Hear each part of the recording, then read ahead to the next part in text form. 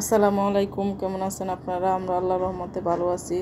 আজকে দুপুরে রান্না করেছি, কচু ছিল, কচু দিয়ে টমেটো দিয়ে মশলা দিয়ে ভালো করে নিরামিষ রান্না করতেছি। যেহেতু ঘরের মধ্যে আর কিছুই নাই, ফ্রিজে যা ছিল তাই আমরা রান্না করতেছি। যেহেতু আমরা সবাই ইনশাল্লাহ সামনের শুক্রবারে বাংলাদেশে যাব। আমরা কুয়েতে থাকি ফ্যামিলি, যেহেতু আমার মেয়ে, আমার হাজব্যান্ড আর আমি, এজন্য সামনে শুক্রবারে আমরা বাংলাদেশে যাব। সবাই দোয়া করবেন। এটা কিন্তু আগে বলিনি, কিন্তু আমি মোবাইলের মধ্যে কেউ কমেন্ট করলে আমি কমেন্টে লিখে দিচ্ছি যে আমি কুয়েত থাকি, কিন্তু এখন আজকে রান্না করতেছি আর বলতেছি আপনাদের সবাই কাছে সবাই দোয়া করবেন আমরা যেন ঠিকঠাক মতো যেতে পারি, আবার নতুন নতুন ভিডিও আপনাদের সাথে শেয়ার করতে পারি।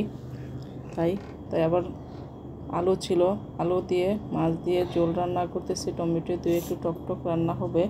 তাই ঘরের মধ্যে যা ছিল ফ্রিজে তাই আমি রান্না করতেছি। সবাই দোয়া করবেন। আর কচু তরকারিটা একদম প্রায় হয়ে গেছে, অনেক সুন্দর হয়েছে। আর টমেটো ঝোলটা অনেক টেস্ট হইব, যেহেতু একটু টকটক।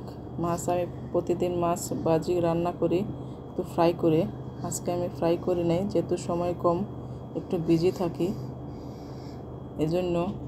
তাই মাছটাও তরকারিটাও রান্না হয়ে গেছে। সবাই ভালো থাকবেন। আল্লাহ হাফেজ।